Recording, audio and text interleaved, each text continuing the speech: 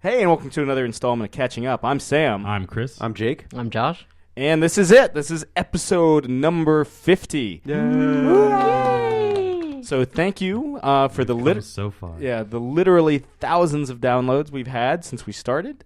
Thank you for, if you've ever listened to our show or just, I don't know. There's no alternative to that. Thank you for if you listen to our show. I mean, if just blindly downloaded it. Blindly downloaded and marked it as played, then that works too. Yeah. That certainly helps the old numbers. But then again, you're not here to listen to us thanking you anyway. Yeah, if you're doing that. That's so. true. That's true. A lot of praise falling on deaf ears.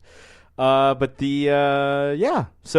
we've kind of teased a big announcement, and we're not going to be those douchebags that wait until the end of an episode to tell you what it is. So Geek Out has been invited by Image Comics, specifically by our friend Corey Murphy, who we interviewed like 2 months ago, which episode available now.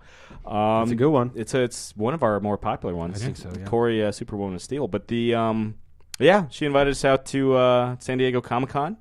We'll be working the Image Comics booth there for just at least a couple days, and we'll hopefully have some exclusive interviews and news for you guys. Probably not news because, comic book sites and all that jump on that shit. Like it gets dropped pretty quick. Yeah, we would have to be like live streaming, and I don't feel like working that out. No. But Unless you guys bring a laptop that I can just borrow when I camp out for one of the halls. Yeah. Is that your plan? Are you mostly just camping out for... That's what Josh does, like every That's your convention. Yeah, I'm... Which San Diego... How many would... Because you'll be there as well, Josh. What number of San Diego Comic-Con is this for you? I remember the first one Josh and I did was 2008. Okay. Have you been to every single one since then? Yes. Wow. Okay, so... That's 7, right? Yeah, around there. Yeah. Yes. Yeah, Okay. This This is good a math. first. Good math. Thank you. This is a first for 8, 9. Fuck it. This is the No one cares Let about the me have exact this. math. Let me have this one, even if it's wrong. yeah. Like my so maths. many emails just, oh, you goddamn... Yeah, like my math's any better because it isn't. This is a first for me. And me. Yeah, so this is going to be like a totally new adventure. I've certainly been to California before. Never been to San Diego though. I get to corrupt you too. Yeah. You're going to just have us eat nothing but fish tacos. But our meals are covered, so we'll see if there's fish tacos on the menu. Fish tacos, In-N-Out, I do want to do In-N-Out. Yeah. steal a sandwich from a homeless person. What? Okay, Chris. In-N-Out or Jack in the Box? Jack in the Box. Now, a lot of people are going to hate me on this. I don't care. I mean, I know you guys will still respect me as little as you do already. But Yeah, we'll talk later off mic. but no, I've been to In-N-Out a couple times, and like it doesn't live up to the hype for me. Their Even the veggie animal burgers fries? are great though. They're veggie burger. So, without getting into the huge story about it, Yeah. there's a veggie burger at In-N-Out. Like it's one of their quote unquote secret menu items or whatever. But it's literally just bread, the bread bun, and then like a slice of lettuce, tomato, and onion. Basically, it's a hamburger without the meat patty. Hamburger, hold the hamburger? Yeah, exactly. So it's not like a veggie patty or something like that. And one of our vegetarian friends, when we went out, not for San Diego Comic-Con, but for some in LA that we were doing, got very pissed off.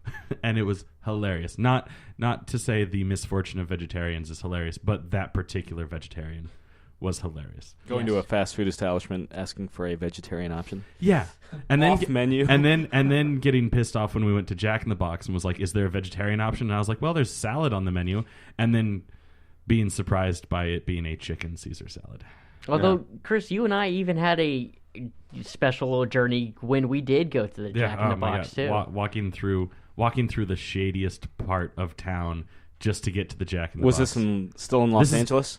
Specifically, I think this was Long Beach. Yeah. But yeah, Los Angeles. The crime scene without chalk. Yeah. Oh my God. Did you guys see a dead body? Not a dead body, but there was blood. And was it not even taped off? No. Like it looked like there had been a crime there, but not necessarily reported. Yeah. They were disposing of the body as you passed by. Yeah. I mean, to be fair, it looked like the kind of part of town that you don't want police around. The kind that like Boys in the Hood and stuff takes place. Where things like you don't want cops around because you don't want to have to admit what you do for a living. Yeah. Selling scalp tickets. Yeah.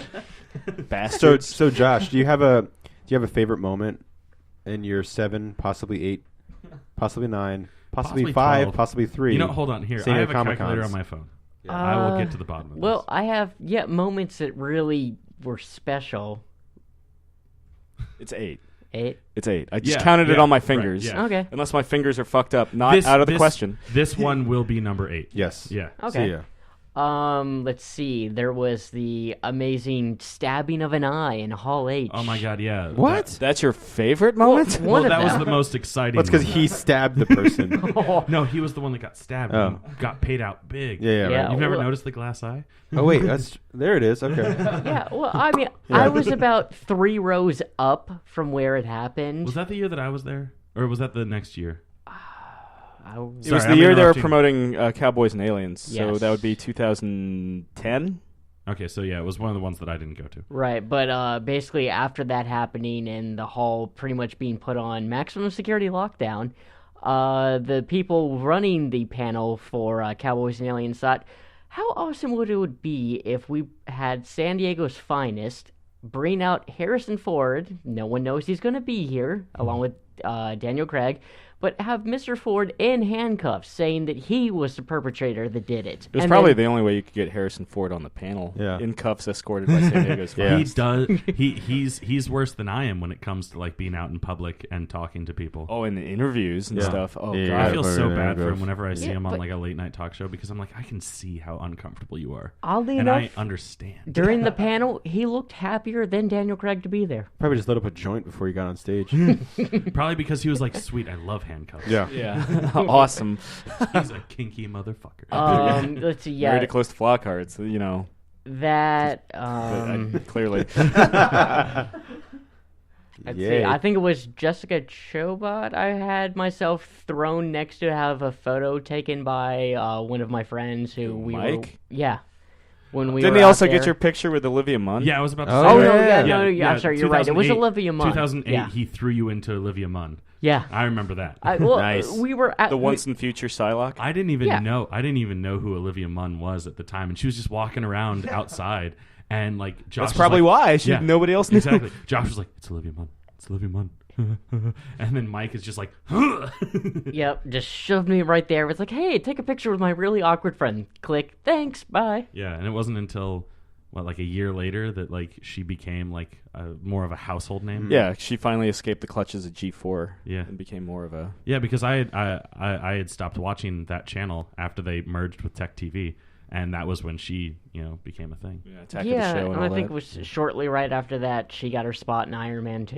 And Oh, that's right. Yeah. Yeah, she shows up in... Well, she was supposed to have a bigger role as somebody that Tony is going to try to hook up with at his birthday party. And then when Rhodey knocks Iron Tony into his bedroom, she gets freaked out and runs out because she's waiting for him there. But they ended up cutting it out because they just wanted it to be a straight-up dust-up between those two. Aw. Which I will say, in hearing that, I'm kind of glad that it wasn't the fight wasn't stopped for a silly moment. Yeah, yeah. I mean, Yeah. And they gave her Like the... all, well, they gave her that cameo as a Yeah. kind of conciliatory thing. Yeah, all they needed for like kind of like a silly little moment was the DJ drop a beat for me to kick my friend's ass to, like that. Other than that, I was like, cool, just keep it going. Yeah. With that robot rock. That's right. But then, other than that, let's see. Racing across town for when they were doing the post Avengers. I think it was for Iron Man 3, but they had a shawarma meetup, a scavenger hunt that you had to run across town, get your picture taken with a bunch of things hidden about, and then get free shawarma. I remember the year we went, 2008. Like it was right after the whole Dark Knight thing. That was that was the year before. That was 2007 that they had that great. I guess The viral marketing started in Yeah. 2007. The movie itself came out in 2008. right. Yeah, the viral marketing that they did was really cool at San Diego Comic-Con. So there was a lot of hype as to what the big viral marketing thing was going to be at our 2008 Comic-Con, and we keep seeing these things everywhere for like who is number 6, Seek the Six, and all Oh, that stuff. God, I And we're remember like, that. We're like, what the fuck is going on? And it wasn't until like weeks later that we figured out that it was all like promo for the Prisoner remake Yeah. with James Caviezel And Haley Atwell. yeah. Oh, she's in that? Mm-hmm. Oh. I never watched it. Because of that viral marketing, I went and discovered the original Prisoner, and I really liked it. Oh, yeah. And I watched Classic. I watched like the first episode of the remake, and I was like, I think I'm just gonna go back and watch the classic again. And by the way, it's all on Laserdisc, and I almost bought the entire series, but it's like $5 per disc, and that's on like 20 discs. Oh, Jeez. never mind. Yeah. Yeah, and then Because it's only like 2 episodes a disc. yeah. yeah, and then probably the last one was then the marketing they were doing for Tron Legacy, where they again, much similar to the one we had to do for the Shawarma, which was go around, get your picture taken with a bunch of things hidden throughout San Diego, and then you met up outside of this arcade that they had converted indoors to the classic style of Flynn's arcade from the original Tron.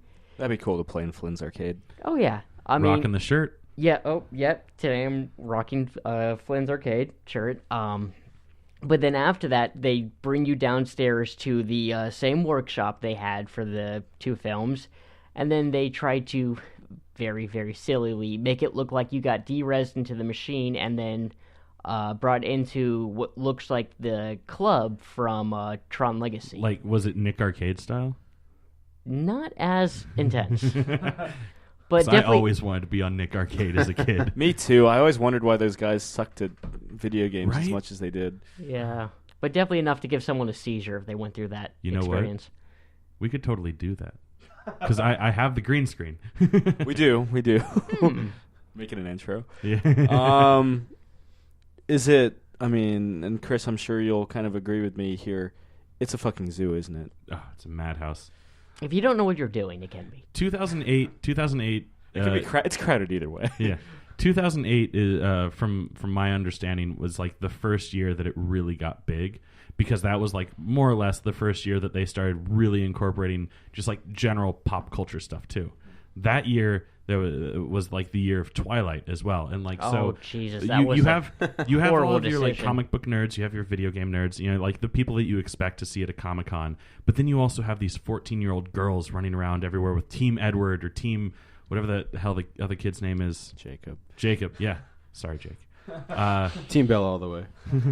Team that kid's van. Oh yeah. Oh yeah, the one that almost hits. Yeah. Yeah. Yeah. But like, so you have, you know, little girls running around like that because like the entire cast, you know, has a panel or whatever, and like this is the first time I'd ever even heard of Twilight, and I'm that. Which also, this might be why I have like such a sour taste in my mouth for San Diego Comic-Con, because like they quote unquote ruined the experience for me. Well, But like at the same time, they didn't actually ruin it. But it's still like, why is this here? depends Why is this where at you were. Comic-Con? Yeah. because they made the mistake of putting that as one of the they put it as one of the middle events in Hall H during one of the days where there was going to be a lot of other things right after it. Mm-hmm. And so usually for Hall H, whenever there's something happening the following day, they will open up the lines at night, usually around 10 o'clock, so you can camp out to get in, because if you don't, well, unless you're planning to see something at the very end of the day, you're probably not going to see anything else if you get there that day and wait in line. They had 14, 13-year-old girls camp out that night to enough to extend the line all the way out to where the marina is in the back of the convention center. Was that when you were camping out for the Heroes thing, or was that a different night? Different night, because Heroes wouldn't have been in Hall H. That I think. Well, no, the season 2 premiere of Heroes that we saw, that was at Hall H. Okay, well then, yeah, it might have been for that, but I basically, remember you stayed out that entire night, and then I just came and hung out with you at like 9 o'clock in the morning, right? Yeah, but and basically, no one cared because it was basically- just one person. anyone who wanted to see anything else didn't get to. That was right after that, because everyone just camped out the entire time and didn't leave, waiting for Twilight. Yeah, and that and the stabbing are all reasons why most conventions clear out everyone at the end of each panel nowadays. Yeah, well, this year they're going to have The Force Awakens on, I want to say, Friday. So anything else that's happening Friday, and anyone else who doesn't want to go into Hall H to see anything, other than Star Wars, it'll be the exact same thing. The only other big thing that they've announced for Hall H so far is the Warner Brothers presentation. Yeah, Batman vs Superman I know is confirmed for at least an hour. Marvel doesn't have a Hall H presentation. Neither does Sony Or Paramount. So no. Which is a little odd that even those two are deciding what are they we're not gonna- going to. The only thing Hall H thing for Ant-Man. Yeah, and the only thing I can see for Paramount would be Mission Impossible Rogue Nation, which, I mean, I feel like movie studios are kind of like, you know what? We'll do okay if we don't have a San Diego that Comic and Con the, like presence. the juggernaut that is Star Wars and Batman v Superman. It's like, why would we even? You know what I mean? Like, it's going to be so big about those two clearly throughout the week. I say we have a Hall H presentation. Yeah. Come on, Hardwick. Give it to us. Oh God, I know he said on his podcast he is doing a panel. I can't remember. He always which- moderates something. Yeah, in Hall H. he's actually said before at times he's given his choice of what he wants to moderate. Yeah, and he moderated yeah, Batman if- v Superman last year. If I were in charge of San Diego Comic Con, I'd be like, hey, Chris Hardwick, what do you want? Yeah. Yeah, well, it's great because he always shows up in cosplay. Like one year he came out dressed up as Booker DeWitt from Bioshock Infinite. Yeah, and or I've seen him as Marty Marty. McFly. Exactly. Oh, yeah. For the Batman v Superman panel, because he did that photo shoot right before. Where- Like, wasn't he But I also was for super jealous. he was also for the Fury Road. Yeah. Yeah. Well, that's Yeah. cool. Panel. Maybe cross paths with. I would love to see him dressed up as Furiosa. Yeah. I would love to cross paths with Chris Hardwick. I Yeah. think that'd be so cool. Get him on the show. Yeah.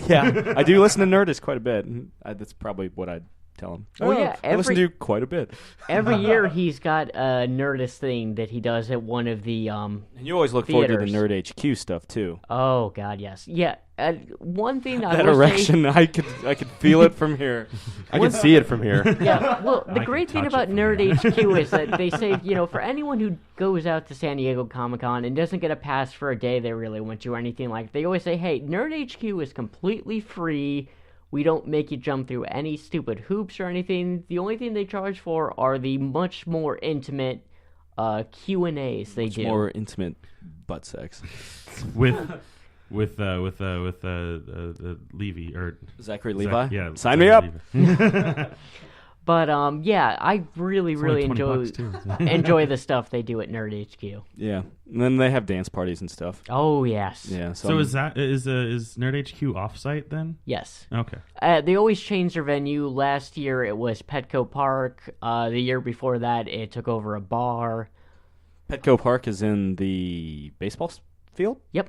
Oh, cool. I wonder if the Padres are playing. And at New York Comic Con, the year that you came, they were like in the lobby of Yeah. the convention center before you had to show your badge. Yeah. Yeah, but also at Petco Park every year they have the Walking Dead obstacle course, which I got to try last year, and oh my God, was it an experience. Yeah. Honest to God, I don't know how much free time me and Jake are gonna get, but hopefully something. So we can't promise you anything. I can't promise you I'm gonna interview Matt Fraction, but I'm gonna try.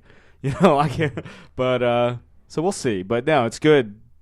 Yeah, if I get a free chance with you guys, I'm definitely going to try and make you run through the Walking Dead obstacle Yeah, I don't course. think they're gonna work us It's probably just going to be a couple hours, every day. Every day. Yeah, probably like or maybe like probably as long- 6 hours a yeah, day. or like be like total 10 hours of the weekend, or what X number Yeah. of hours here, and just Yeah, I split mean- them up. Yeah, as preferably Friday and Saturday because I feel like those are the big days. Yeah, there's no one's there on Sunday. And there's always Or Wednesday. fun things that Oh my happen God, when they've the con expanded isn't that far. open. There's a Wednesday now. Yeah, Wednesday's Jesus. preview day. Yeah. Oh yeah, unless you have a I mean, preview pass, you don't get in that day. New York Comic. exclusive passes. Oh, so I'll see you in there preview day. Probably. New York Comic Con now is like full day Thursday instead of just preview night. You and I remember when it was just previews. Yeah. It was just like it 5 was- to 7. Yeah, exactly. And like half the booths weren't even like erected Open. yet. Yeah. Yeah. Although, Let alone inhabited. Yeah. yeah, And that's it usually smelled so nice because Yeah, before everyone had bathed. Yeah.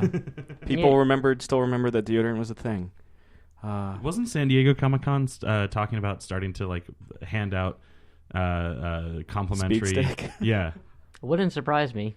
Does it? Well, we'll I find feel out. like I feel like that would be great, like quote unquote like viral marketing or whatever, like a great word of mouth or whatever you want to call it, to just like be like a deodorant company and like offer like free like little like hotel or travel size like Yeah. stick or like a little like mini the stuff that you would include with like a newspaper. Yeah, well, exactly. Like a little, basically what you would get in a Traveler's hotel. kit or whatever. Exactly. Where you have like shampoo, soap, toothbrush, whatever you want to. Well, it's funny you mention that because IMAX handed out at one point a Comic-Con survival kit that had things like emergency. Maybe that's what I was talking about. But then also the Planet of the Apes, the more recent one they were handing out hand sanitizer as like fight the monkey flu with hand sanitizer. Human work, man. Zombieland, when we went, not you and I, one of my other friends, we went to the Zombieland premiere. They were handing out sanitizer to combat the zombie virus. That's funny. That's cool. But yeah, so the Image has been very nice to us. They Image. Yeah, Thank you for Chrononauts. Thank you for Chrononauts. Thank you for Sex Criminals. Thank you for Punks the comic. You're like yeah, it's good from what I've seen. Yeah. I'm glad that all of us have a favorite Image comic. Yeah. As we all look at Josh. Just say The Walking Dead or something. My name's Josh, and I like Invincible. What my other self just said. Yeah. Southern Bastards. Well, no, I have seen things from Invincible, and I do like that one. That's good. It's a good one. Velvet's cool. I feel like Velvet's up your guys' alley. Secret agent chick in the height of the Cold War gets framed for murder. Yeah. Pretty sweet. Wasn't sold? Or no, I was about to say Punk Rock Jesus, but that was Vertigo, wasn't it? That was Vertigo. Yeah.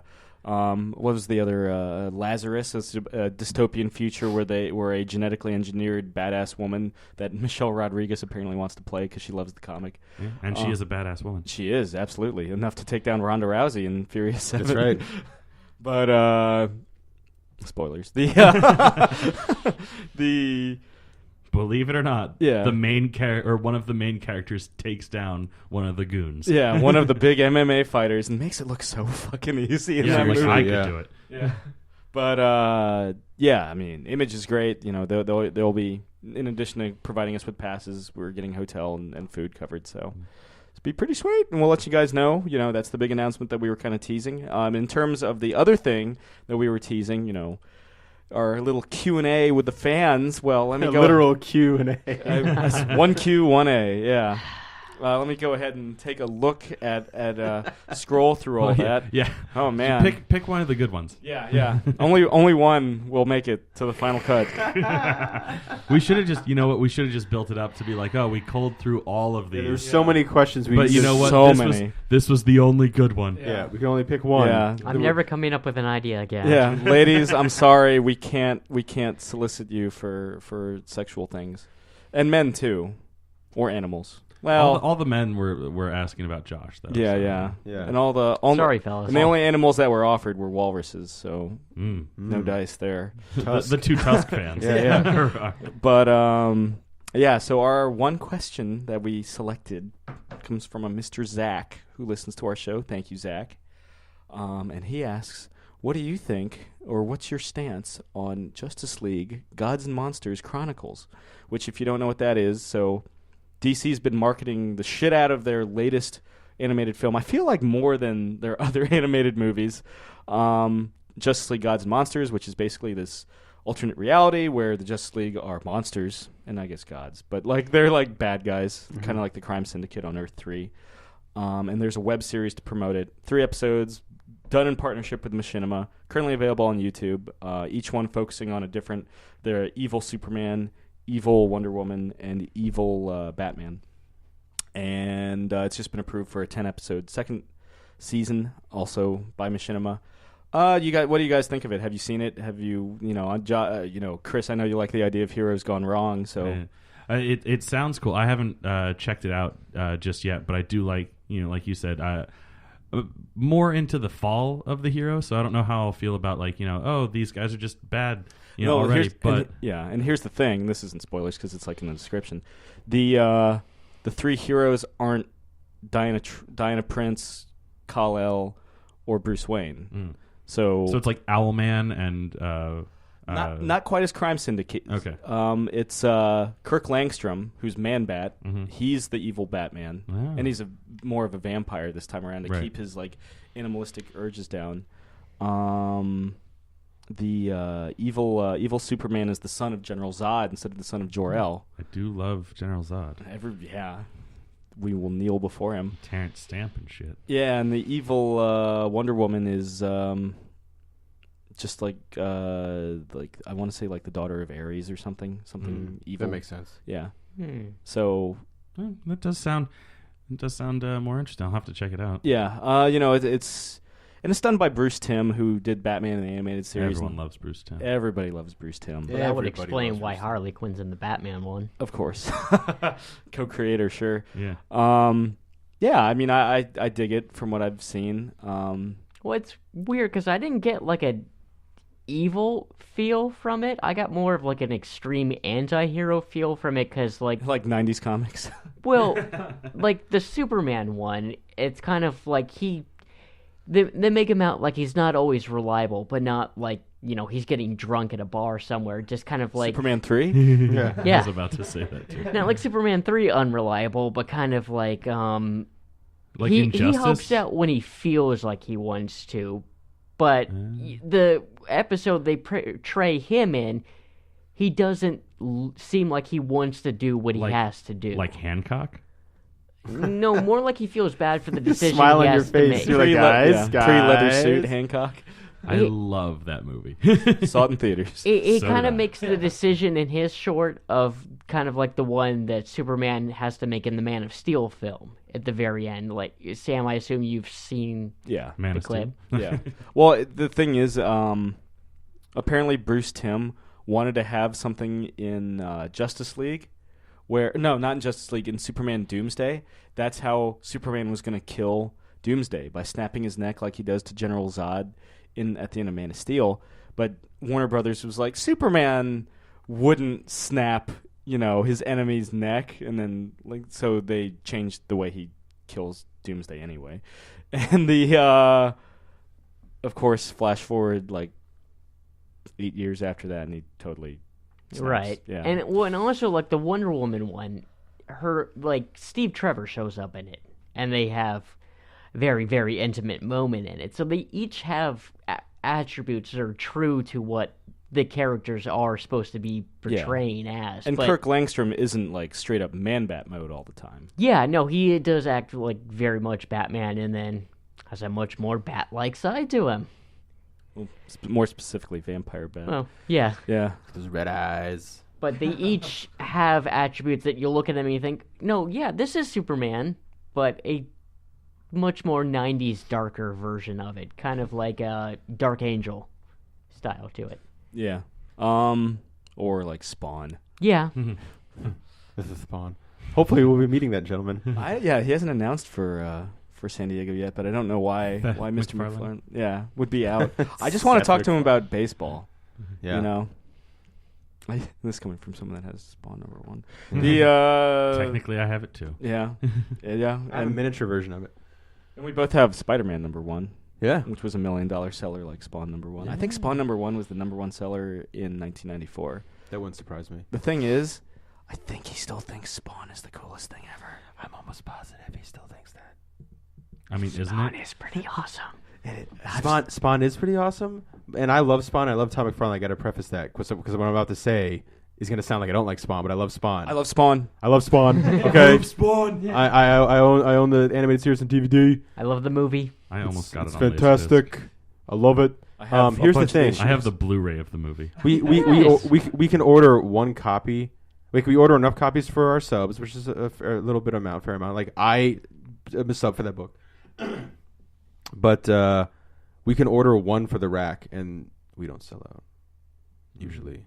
So, but I will say, because of Spawn 250 and his fantastic writing abilities, and Savior, his other book's doing really well. I like actually. Savior more than I like Spawn. Yeah, as a book. I do like Spawn now, like the turn it's taking and stuff, and Al Simmons coming back is cool, and 250 still blows my mind. And that book sold out quick, all the variants, every trace of Spawn 250 sold out of the store in a week. Which is rare, even for the variants to sell out, because those can be pretty expensive. I ended up just buying the variant one because it was the Jock one and it looked really cool. But Todd McFarlane, yeah, it's like I said, Savior's doing really well. I'm hoping. I would love for him to do like a variant for that book, like a cover. I think it'd be really fantastic to see. Yeah. But the art on it's very, very different from what Todd McFarlane's art looks like. I'm looking forward to his new film that he's working on. The Spawn movie? For Spawn, Yeah. yeah. I want Spawn to be at the forefront again, but he's not right now.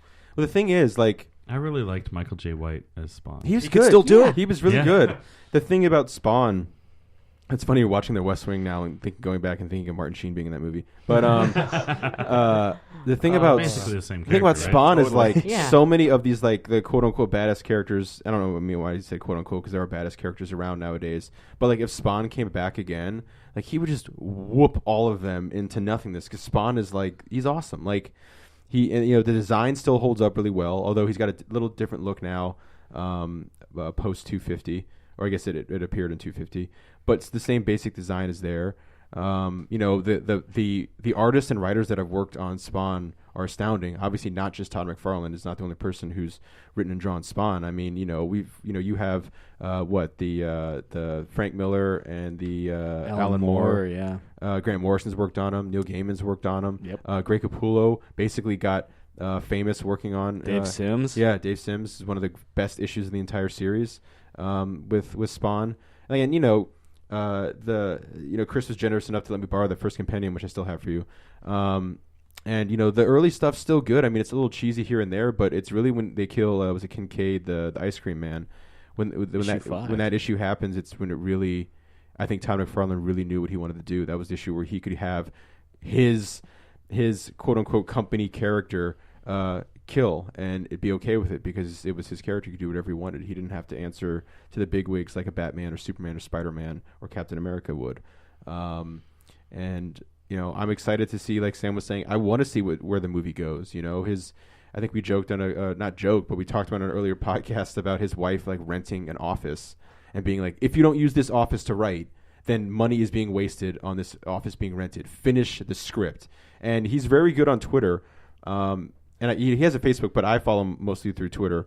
And he's very good at updating fans and letting you know what's going on. And the only thing he said so far about casting is that the Academy Award winner is associated with the movie somehow. It could be through sound editing, it could be through anything, but it's exciting to even get that. And where comic book movies are now, opposed to 1995 or 6 or whenever the movie came out, is so much better, and the effects and everything. We're not going to get like that weird Spawn army of them all moving in the same direction all at once. Or the awkward cape that like. Yeah, I sent you that one picture. The only shot where the cape looks really, really good is where you're standing on the chapel. But then you get like the demon that's like Spawn, blah blah blah blah, where his and like his mouth moves. is open and his tongue is just flapping back and forth. Welcome to hell, and like all the Like other the shit monster in Dogma. yeah. The shit monster looked a million times better. Yeah. Especially on the Blu-ray. Well, you can obviously tell where all the budget money went in that film. The John Leguizamo makeup. the That Spawn, Which he was good. He was good in it. Yeah, that and him standing on top of the Spawn- church. Yeah, the Spawn suit proper. Yeah. Like without the cape, Yeah. perfect. Yeah, he looks really cool. So even those shots where like it's like Yeah. like covering the mask, like Yeah. that to this day still holds up. That part's the really cape cool. does not. Well, unfortunately, there isn't a lot of him in the full-on Spawn outfit. Yeah. So much of it because what's his face? Michael J. White. Thank you. Probably wanted to have his face shown, because even like the scarring and stuff on his face was really fantastic. Yeah, So great makeup work. And I mean the bulk of the story is him coming to terms with yeah. being Spawn. But the bottom line is, watch the animated series. Keith David is Spawn as Kevin Conroy is Batman. It's fantastic. So thanks for that question, Zach. Yeah. Yeah. You Good get question. a poster. Yeah, yeah. You get a poster, fucking a comic. I don't. You get them all. Yeah, yeah. I'm just gonna dump them in your lap the next time I see you. Just all of it. Let's see. Josh, you met somebody of repute. note? Yeah. Yes. Since the last episode. You would, A somewhat of a local legend. yes. Yeah. Not Hey. quite Dave Grohl, but If only. yeah. Oh, yeah, if only. But still up You could there. sign his cast. A1 Patton Oswalt. I got the chance to see 2 movies with him at the Alamo in Loudon. The Mothers, which is a fantastic black exploitation pirate / Expendables movie. Mother's spelled with a U also. Yes. and a little indie, not quite well-known film called Mad Max. Yeah, I don't know if you guys have heard of this. Was it the Australian dub or was it the American dub? All Australian. Australian. Nice. Cool. Unlike my Laserdisc. Yeah. I kind of almost feel like, though, these were like private copies of his that Okay. he brought, because he had such a love and fascination for these films. I have to admit, though, when I bought my ticket, which was $15, which will go into why I was surprised about this whole thing, I was explained that these were films I'd be seeing with Patton Oswalt. I didn't expect him to be in the theater. I expected it to be something where, like, his face would show up halfway through the movie, maybe, like, off to the side, kind of like when Riff Tracks does events. Yeah, you thought it was going to be like a simulcast. Yeah. Like, not a private screening. Right, and so when I get to the theater, I unfortunately arrive late because Alamo did a really great job of informing me of when I properly should have shown up. The Mothers was already playing, and then... You open the door and he's like, "Sit fucking down, Josh. God damn it." How do you know my name? I Can't wouldn't- take you anywhere. I wouldn't have been surprised if that actually had happened. But the movie ends, and then I start hearing him talking. There's nothing on the screen, and then I see him get out of the audience and walk up to the front with a microphone. I'm like, did I have a stroke? Am I seeing this right? I mean, I think the answer to that question is always yes. but Josh, I you're mean, in an empty room right now with microphones. They were all in your head. There are 4 microphones, but only one you. Yeah. wow, I gotta do acid more often. Yeah, you're really good at changing your voice and talking over yourself. Yeah. Well, I've always been great at that. But I was just surprised that, this comedian that his material I love just as an individual, the screen work he's done as playing an agent for Agents of S.H.I.E.L.D. and One of just, the best parts of Blade Trinity. yes, and then Not Ryan Reynolds playing Deadpool. I didn't say the best. but definitely one of them. But just, The only good part about the second season of Agents of S.H.I.E.L.D. Oh, Shots fired. I haven't seen any I haven't seen It's season all on 2. Netflix. you're not far off. But just someone I admire, and just being able to see these really funny movies with him, and just everyone asking him hilarious questions, making the comparisons between Mad Max and Top Gun, him emailing, Goose, most specifically. yeah, Always a tripping point for me. him emailing J.J. Abrams saying, you need to have a character named Goose, who's an X-Wing pilot, in your films that the audience falls in love with, and then dies tragically. Best friends with Oscar Isaac's character. Exactly. Yeah, pretty much. And then Oscar Isaac spends the rest of the film lamenting the death of his very, very, very close male friend. And then tweeting along with George Miller while watching Mad Max and just making great comparisons and sharing stories that he'd been told about why certain things happened between the two films we saw. It was just a really, really special thing, and for a great price too. And then afterwards, just a nice little meet and greet with him, just shake his hand, get a photo taken. It was just really, really special. And there's something very interesting about Mothers, right? Like, even though it's a blaxploitation film, which probably some of the more less reputed film subgenres, but it passes the I've already forgotten. We were talking about it before we started recording. The The Bechdel? Bechdel test with flying colors. Yes. The test basically asking, does this have strong or even like useful female characters? And it's like one of the only films to actually get like a perfect score. Yeah, it's basically they have to have a conversation at some point that does not revolve around talking about men. Mm-hmm. And there's I think there's like 5 points or something like that. The surprisingly very few movies do well on the Bechdel test. It might Certainly get, the big studio ones. Yeah. yeah, I mean, well, I'm not surprised. I'm not surprised that like there are falterings here and there, but like when you really look at it, you're like, Jesus, how do you have just like throwaway characters, like useless? or it's like, how hard can it be to pass just even 2, maybe even 3 of the things on that list? There's 3, It's only 3, at least in the widespread one. right? Movie has to have at least 2 female characters in it. Does They, that? they have to talk to each other, Does that? and it has to be about something other than than a man. Yeah, and it does that with flying colors. So, like, not even Avengers: Age of Ultron had that. No, Yeah, I mean, it's just go figure. yeah. Because Wait, does Black Widow ever talk to Hawkeye's wife? Yeah, they talk about Hawkeye. Oh, well, there that goes. Yeah, at most, maybe she talks to Scarlet Witch about like fighting Ultron, but Yeah, it's just like an offhand line. but yeah, I wouldn't count that as a conversation. It's interesting because Whedon usually writes really Well, no. strong female. Even Yeah. Black Widow talks to Hawkeye's wife about the baby in her stomach, which or that, turns out yeah. to be a guy. So even then, Yeah. they fail miserably. Well, shucks. Yeah. You know, something that I think fails the Bechdel test as well, which Chris has seen, and which we can go into a bit more of an in-depth discussion about, spoilers be damned, is Jurassic World. Yeah, now that I've officially seen it, screw spoilers. So for That's the, been your yeah. spoiler warning. Yeah, if you haven't, like, been part of the millions of people, apparently, that have watched Jurassic World. Yeah, one of the highest opening weekends. The highest, if The you highest. don't adjust for inflation. never Whoever does, yeah. I mean, Yeah, what's the point? Yeah. They're numbers. They don't mean anything. Yeah. Yeah. So as a refresher from last week, Josh, you think it's the best Jurassic Park film? For a very specific reason. Yes. It's the Jurassic Park film that you've always wanted. I believe was your quote. Well, yeah. But again, for a very, very specific reason. Right. Yeah. We can get to that. Jake, you think it's the best of the sequels? Yes. And I think it's somewhere between The Lost World and Jurassic Park 3. Chris, where do you think it falls? I have to agree with Jake on this one. It's my favorite of the sequels. I love Lost World, but after we watched it for our commentary series, I was like, you know what?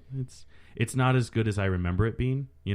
And it still Probably got didn't great help parts. me the whole time going, oh, God, this is stupid. Yeah, For me, no. during the ending, being like, this isn't a Jurassic This is where it Park movie loses anymore. me. Yeah. This is where it loses me. Yeah. I was like, sir, I enjoy it being in San Diego. But yeah. So no. But even with my love for The Lost World, I still say that it's better than that. And while I'm watching it, there are moments where I'm like, oh, this little moment is more exciting than like certain parts of Jurassic Park. But then like I caught myself going, but Jurassic Park still has that, place. I was a little kid when I saw it. Like I was the perfect demographic for it. You can't recreate that. Exactly. And I don't think that's what they were trying to do too. It was very smart of them. Yeah, I was happy to see. They tried to make their own thing. Yeah. But I loved that BD Wong was in it playing the same character. Yeah. And I love that like his like one big thing, like during that whole scene where he's being grilled about like all the genetic modifications that they've done, like he has that great return that's just like they've always been like weird like hodgepodges. They've never been full on dinosaurs. They've never actually been dinosaurs, and I love that he brought up the fact that they would, like if it hadn't been for the fact that they used reptilian DNA, in the first one, that they would look completely different because, like, lo and behold, like 5 years after that movie comes out, we're like, well, they might have had feathers, and all this stuff, like which they have in Jurassic Park 3, if I remember correctly. Some of the raptors do. The raptors have like weird like mohawks. Yeah. Yeah. So and I was like, that's cute, and also bringing up the fact that like they've never actually been dinosaurs, like that's a good thing. Like and I like the metatextual element of it. Yeah. They're like, just like the movie, it's like you wanted it to be scarier, you wanted it to be more over the top, and yeah, they did that in a very smart way. Like it wasn't just like we understand what's going on, but it was like actually like no, like. The whole point is to be bigger and scarier, and then boom, that's why we have the Indominus Rex, and that's why this movie's being made. Parentheses. I do feel like BD Wong's character, like his arc, especially what they do with him, is totally seeding the next Jurassic Park film. Oh yeah. I kind of like, as much as I love BD Wong, I almost wanted him to like get killed off in the end, the way that he was supposed to get killed off in the original Jurassic Park. Where he gets eaten by a velociraptor from like the back. Yeah, I kind of wanted him to get kind of get his comeuppance, I thought it was going to happen. Like I was just waiting for it. It that happens moment. to Vincent D'Onofrio instead. Yeah. Yeah. Which he deserved it just as well. The one part that I didn't like, speaking of people getting killed, the only death that I was like, what the fuck are you doing? Like, one, it wasn't deserved, and two, I felt it was kind of unnecessary. Was the lady? Yeah, the kids' handlers that like goes out fucking hard. Yeah. She gets Yeah, grabbed. she does. She gets grabbed like 5 times by the pterodactyls, and then I remember just like following her, and I'm Yeah. like, Jesus. yeah, and then she gets swallowed up by the fucking The Shamu. Momosaurus, yeah. Yeah, Shamu. I was Blackfish. like, I was like, why does she have to die so hard? Like, I understand her being collateral damage. That's fine. You could have stopped it at her getting grabbed by the pterodactyl. And Yeah, being we just torn would up. assume Like, fine. That's Yeah. Well- Like, I understand that she died. You didn't want to give her a resolution at the end of the movie. Fine. But like, it's not like she was like fucking like She was never unlikable. Yeah. Even when she was like put off by the kids, hey, the older kid's kind of a dick, so Yeah. I don't blame or her. like she was spending the entire time like on her phone, like probably talking to her boyfriend or something like that. Like, I was like, okay, yeah, she's been given a shit job, child wrangling, which is always the worst. yeah, But- especially with one of them's like uninterested until he sees the Mosasaurus. Yeah. Yeah, but her death helps cement a really great point I want to make is that don't get involved with these little shits. Because Get involved with kids and you die. Well, I mean, gotta you admit, saw what happened to the lawyer. I did. In the did. I first mean, one. don't get me wrong. I loved You know, the that's actually probably what they were trying to do. Like, they were trying to recreate that, lawyer getting chomped by the T-Rex. I feel like they kind of Yeah. did that with Yeah, the guy well- crying when he's the fat security guard or Yeah. whatever. And he's just like, they move, and he's Yeah. clearly sitting there just like, oh, good. He looks Yeah. over at Chris Pratt, and he just gets eaten while he's Yeah. sobbing. And I'm like, Like- damn. Chris Pratt covering himself in gasoline was really clever. Yeah. And last week we were like, hey, now we understand Chris Pratt is Indiana Jones. Where do you kind of fall in that? I totally agree. Like 10% of it, I think, is because you guys kind of like, incepted that idea. But like, Indiana but the other 90% of it was like, yeah, he's basically like, he's basically Muldoon, who Yeah. could have been a badass Indiana Jones. The role was originally offered to Josh Brolin, but he turned it down. I'm Thank okay God. with that. Like, I'm not Josh gonna, Brolin. I'm not gonna be like Josh here and be like, thank God. But like, Yeah. but at the same time, I'm like, I kind of like Chris Pratt as it. Well, I- Chris Pratt's what like made the movie. Him and Jake Oomph. Johnson. Yeah. yeah. Those two are what made the movie for me, and I like Bryce Yeah, Dallas oh Howard my too. God, I loved but Jake can we Johnson in there. talk about Bryce Dallas Howard, because our friend of the show Richard C. Meyer tweeted something that I was thinking, and I was like, yeah, what the fuck?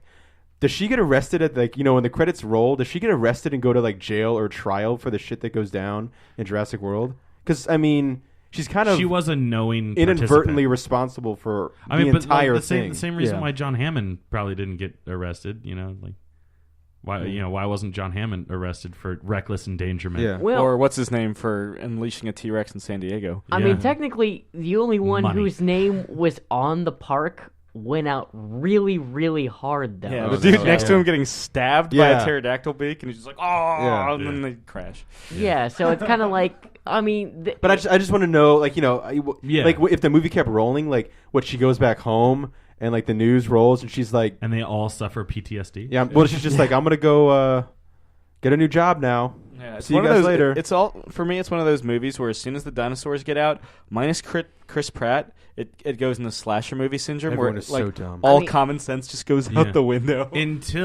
Until she opens up the T-Rex paddock. Oh, and it's That was so awesome. the T-Rex is like a 65 million year old Chekhov's gun, right? They show him real briefly in the beginning taking out that goat as kind of like the nod to the original, Yeah. and then you never see him again. And I until- remember Poor goat. I was Until reading Act 3. about Kevin Smith was talking about it. This may be obvious, but they were like, it's the same T-Rex from the first movie. same goat. It's the same, it's the same T-Rex. Yeah. The goat just gets regurgitated and eaten again. But yeah, it's kind of cool. Like, it's the same T-Rex being like, motherfucker. Like, they were like, that's like Steven Spielberg being in the movie. Be like, yeah, your movie's cool, but my monster is going to come back here and fucking win the day Yes, the again. bro moment with Blue. Yeah. They just couldn't Oh. like. Well, the moment when you almost expected them to actually like fist bump. the moment when Blue starts running and it's like that shot of him, it's almost slow-mo. I was You like, expect Chariots of Fire to Yeah. play, or Eye of the Tiger or something. I was like, oh and boy. then Chris Pratt just yelling, "You're my girl, Blue." Thank you, Chris. Yeah. Thank you. But yeah, seeing the T-Rex kick ass, I was waiting for that moment. Like it was setting it up. It was setting it Yeah, up, if and I you've was listened to our Jurassic Park 3 commentary, and a lot of you have, because it's actually been a pretty popular yeah. download. I think it's the most popular of the Jurassic Park commentaries. if I Definitely, remember yeah. correctly. Second most popular of the month, I think. Yeah. Maybe the most. But either way, we know how Jake feels about the T-Rex fight in that film. I mean, it's fucking retarded, and I remember being like, I remember being like, oh my god, all we're gonna see in this movie is the T-Rex throw back a goat for like 5 seconds, and I thought it was gonna be like their way of saying, look, nobody cares for the T-Rex anymore, blah blah blah. We're gonna have the bro raptors kick ass, and then when she like hits the flare, I was like, dude, and I was like, I can't get my hopes up because Jurassic Park 3, and she runs, she's like, open the door, and I was like, it's gotta be the fucking T-Rex, and the door opens, and then the T-Rex comes around, and I was like, all right, thank God. But then I got really worried because then it was like, this thing has little T-Rex arms, and the Dominus Rex has like fucking normal size arms, and I was like, well, that's just, it's gonna kill it in like 5 seconds, and it almost does, and the Raptors help save the day. But then the T-Rex gets the final throw, the little the alley-oop to Shamu, and then Shamu comes and grabs it, and I couldn't. I mean, dude, even if you go in that movie and you hate the movie, like the entire time you're just pouting, and you're like, this movie's stupid, blah blah blah. And I haven't met anyone like that. But like, even if you despise the movie, when that happens in the end, you have to like crack a smile. That's like, because the movie is so much fun. No. It's a crowd pleaser. Yeah, I mean, I think the movie's goofy. I always joke like, how the hell are they going to keep making it believable that they make sequels, whatever? But like, the movie's so much fun. Like, the more I think about it, the more it puts a smile on my The face. the main problem that I have with it was one that I mentioned to the friend that I was watching it with about halfway through. How the fuck is she running through the jungle in those heels? Yeah. She never takes those well, it's heels funny. off. I read an article with just like what was the Romancing the Stone? Oh yeah, the director was saying that she Great song. insisted on wearing the heels. Yeah. Yeah. And He then they wanted made- to make a very, very strong point. And I love Bryce Dallas Howard. And then supposedly they had Chris Pratt run around in the heels too, just to see what it was like because he's Chris Pratt. I mean, that's fine if she wants to. If she was actually doing it, that's cool. I just like sat there like. And the friend that I was watching it with was a female, and I leaned over and I was like, how is she still wearing those heels? And she was like, I don't fucking know. I would have kicked those things off. Adrenaline, man, adrenaline. Yeah. Well, here's the thing. I think as soon as they got onto the dirt, those would have been gone. It was the scene by the waterfall, which is a very Indiana Jones scene. I think that's when we kind of felt it, like the Marion Indiana Jones thing. Yeah. And he's like, not Billy. with your high heels or whatever. And I remember being like, wait, did she hand the high heels over to him, because the same kind of thing. I'm thinking like they're running everywhere. Like, when she's in the car, fine, but she's running all over the place. And she switches out her top. Yeah, and I thought maybe I couldn't remember. I was like, maybe she handed over her heels or like broke them off. I don't know, something. But yeah, I guess she ran the whole time. Also, that skirt was like way too tight for her to be doing like all the things that she did. And it wasn't until like almost the beginning of the third act where she hops on the back of the bike or the ATV, I forget what it was, and you see that like she's torn the slit like all the way up to the waistband. I was like, oh, that's how she's actually able to move her legs more than just beep beep beep beep beep beep beep beep. Yeah. What do you think, because obviously this is going to get sequels, what do you think's the possible sequel to this? Engine. So the military guys go away with Dr. Wu. What if we get military raptors? Like fighting wars? I think we go well beyond military raptors. I think we go military dino squad. Oh, so more than just raptors? Well, he makes it very me. clear that he's left with a lot of samples. Oh, he's basically Nedry, but he wins. Yeah. If we're gonna gear up dinosaurs to fight wars, they showed that like the Velociraptors were the only ones that were like intelligent enough to train. Yeah. Well, I feel like. Do you feel like the park is done? Like the park trope is done? It has to be. I think the park is done, and we're starting to get closer to kind of the feel that Lost World was giving, with the fact that Safari Zone. Well, a bit of that, but also getting more military invested. It almost looked like they were going to head that route in there, but definitely more so in this one, where Engine's security forces and their other capitalistic ventures are going to start trying to use the dinosaurs. And then they kind of, much like Vince Vaughn's character, break into whatever facilities are doing this and try and stop it. There is the joke going around the internet of the comparisons between Jurassic Park naming convention and Super Mario Brothers naming conventions. Yeah, that. You have Super Mario Brothers, Jurassic Park. You have what is it? The Lost Levels. Yeah, Lost Levels, Lost World. Super Mario 3, Jurassic Park 3, Jurassic World, Super Mario World. So I'm looking. Jurassic Galaxy. Either that, or I'm looking Super Jurassic RPG, Legend of the Seven Dinos. Yeah, or Paper Jurassic Park, or Dr. Paper Jurassic Dino? Park. I'm cool with seeing. Instead of 64. yeah, instead, Super Jurassic Smash Brothers. Jurassic Sunshine. it's Jurassic Sunshine sounds like some like indie or like grunge band. Yeah. I'm trying to. I am so uninterested in seeing like raptors fight wars or like Yeah, being I'm not- militaries. If that's the case, get me out of here. But like, I would love to see dinosaurs fucking take over Earth again, and like. So like, it's like Rise of the Planet of yeah, the yeah, Apes. yeah, yeah. Rise Like of just the- have them go fucking ape shit. Well, not ape ham? shit. Yeah, yeah. Go ham. Because there's still as the T-Rex reminds us in the end, this is his or her. If it's the original, it's her house because she like stands up. And is So like she's like Paige from the wrestling. yeah. Yeah. and This is then my house. and then they just take over the world. That'd be sweet. Now, Chris, you also saw San Andreas. I did. Oh yeah. I'm Yeah. interested to hear what you have to say about old San Andreas.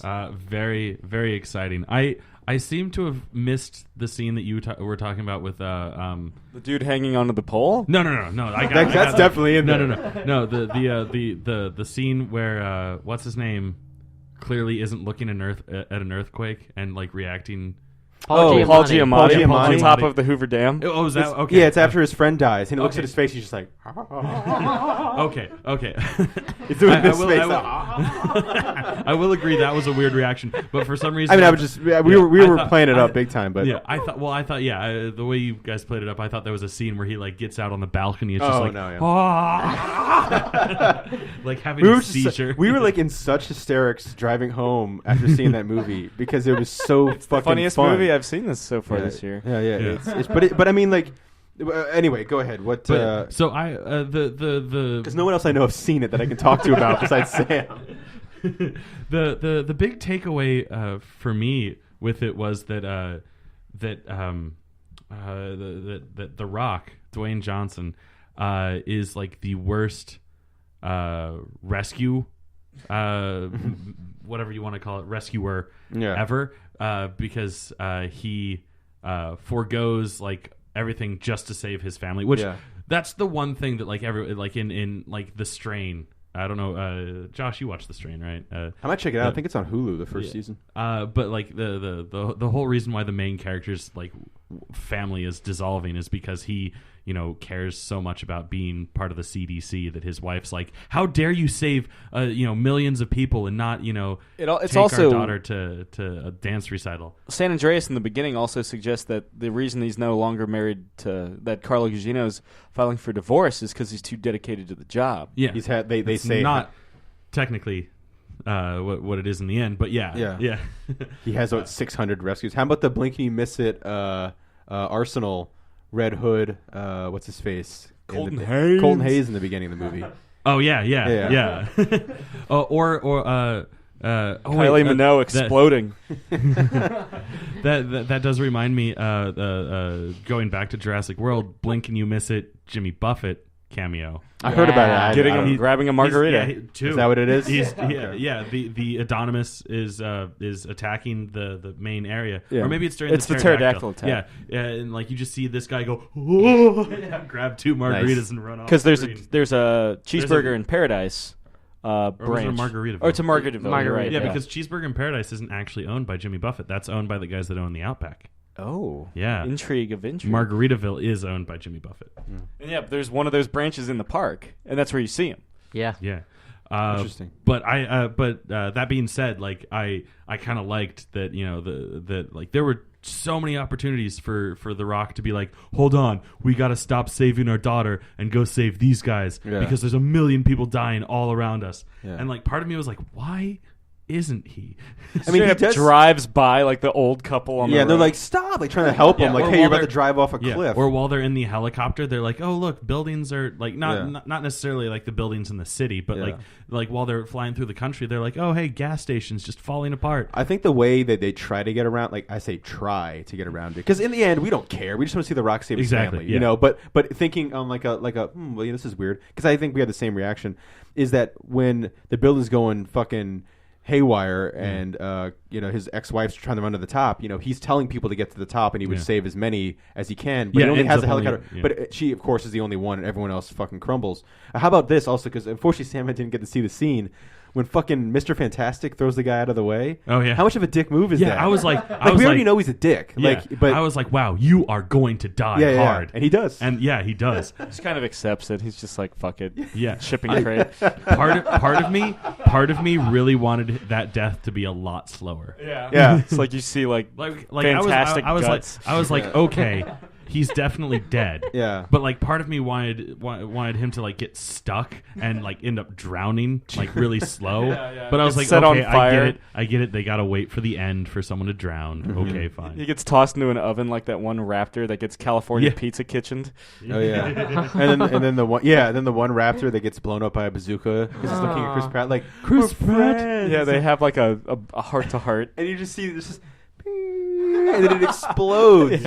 Yeah, I'm one of those people that's like, I don't care who dies in the film as long as like the dog lives. Yeah. Like you can kill the entire main cast. He must have been all about an Independence Day then, when the dog's like running and in the tunnel, slow mo, and it jumps in. Oh yeah, Vivica A. but Fox. like, No, the entire time he was like, fuck you, fuck you, fuck you, Yeah. fuck you, fuck you. Yeah. the last fight in Jurassic World with Blue just getting knocked out. I had to fight back tears for that one, and then the slow motion return with the battle with the T-Rex. I was just. I like how our review of San Andreas has just become a review of Jurassic World again. Yeah.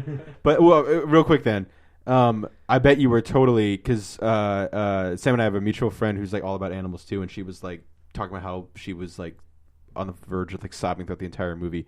The was it Brachiosaurus or Brontosaurus or whatever, like the Brachiosaurus, the animatronic Brachiosaurus, that like you see it breathe its last breath. Oh yeah, no, that was pretty intense. I was like, yeah. Well, I remember they were talking about it, like, the young kid was talking about, like, seeing that up close so they can make it cry on, on cue. A fucking talking about, like, hey, here's a fucking biscuit and cry on cue. It's fake.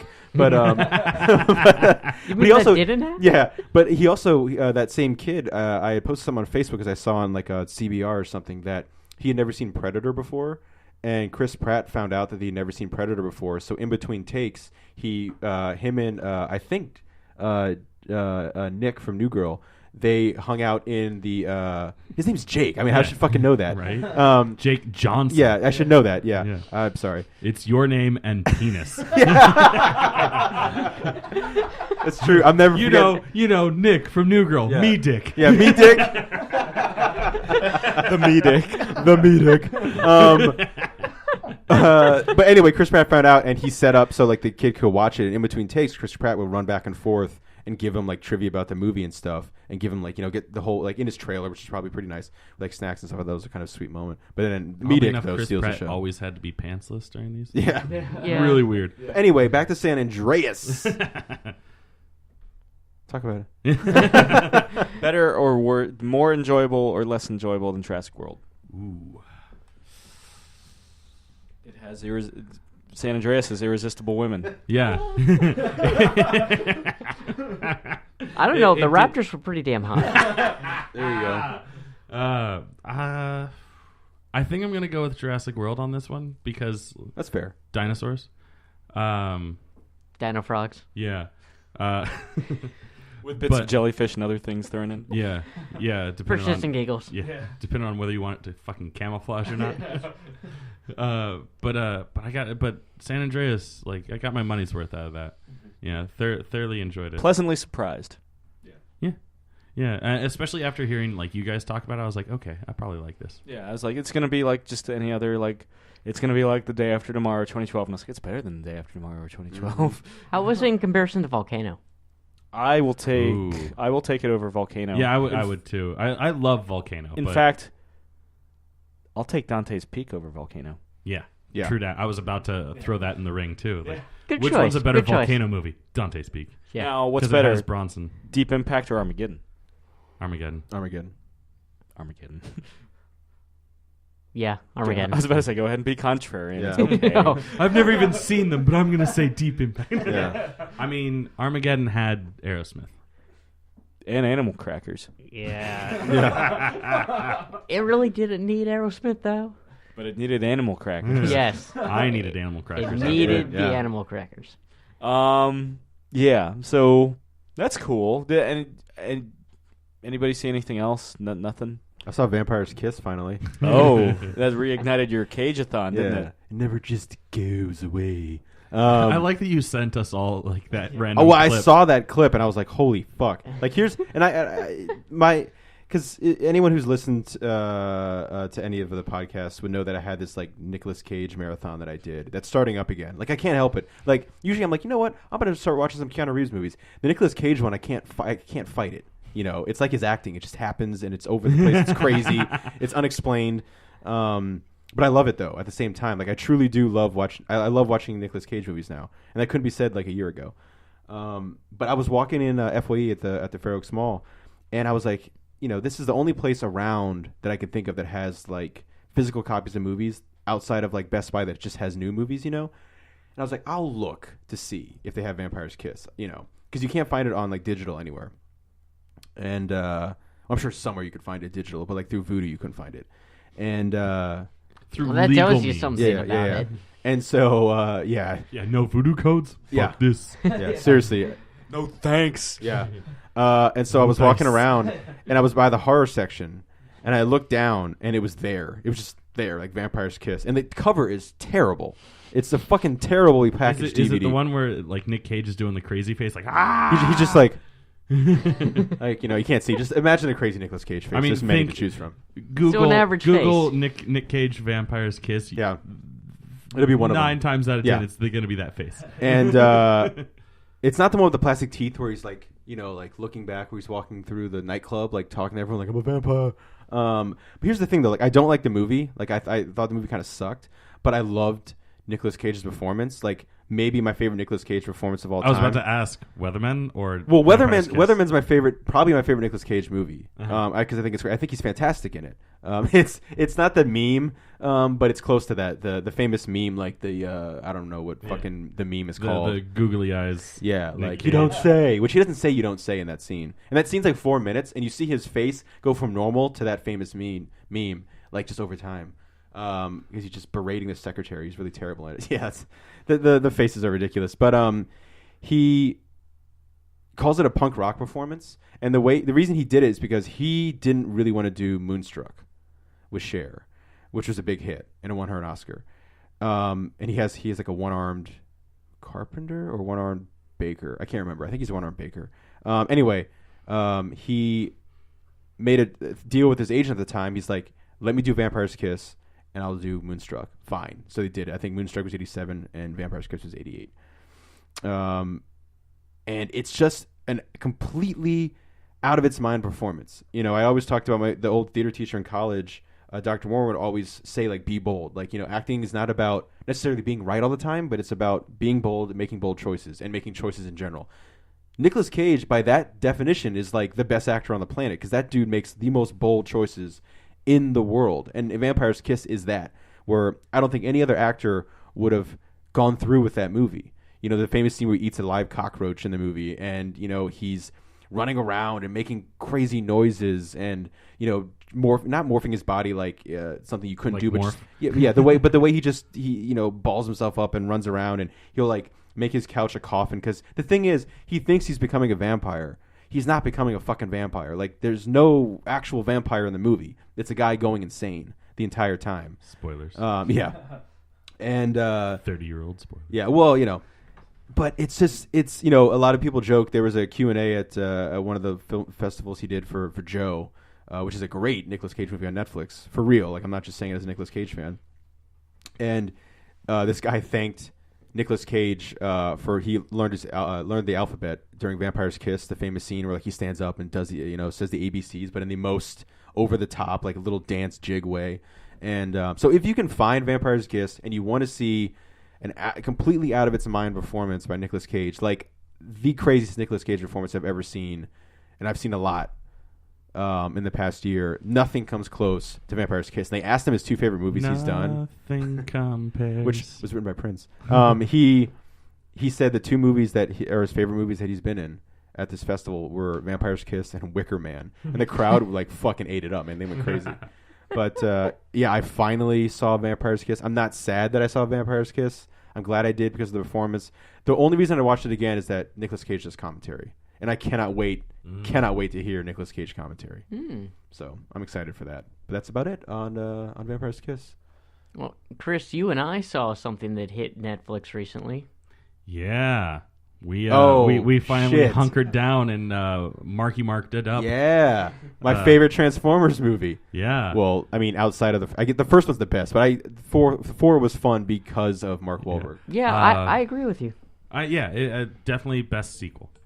Terrible movie. Yeah, terrible movie. I have to say, all the performances, all the mess people of a they movie. got for it. Well, with the They got Fraser exception Crane, man. of the daughter and the And Lucky TJ Charms. Oh yeah, T.J. Miller goes out hard. Oh, man. God. it's a bummer. My big takeaway, like from the first act at least, was like, oh, TJ Miller's in this movie? Okay, cool. Like, you had built it up like, oh, okay, yeah, Mark Wahlberg's in it. And I was like, okay, I'm excited about Mark Wahlberg. He'll probably make it, more interesting than Shia LaBeouf did. And, like, I'm watching, and, like, TJ Miller comes on the screen, and he's, like, Mark Wahlberg's best friend, essentially. And I was like, oh, that means that he's going to be in this for a while. Yeah. All right, cool. There's a reason I forget to mention he's in it. I buckled my seatbelt. Thanks. Yeah. And then, fucking 20 minutes into it, he goes out hard.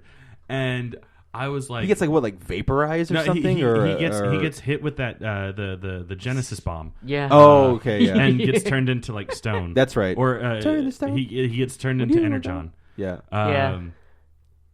Although it's not Transformium Energon. or whatever. Can I say something? Thank you, that's Michael like Bay. right below unobtainium. Can I say something about this movie that's so fucking lame, but is so fucking true? Sure. Because now that you guys have seen it, it's way more fresh than when I've only saw it in the theater.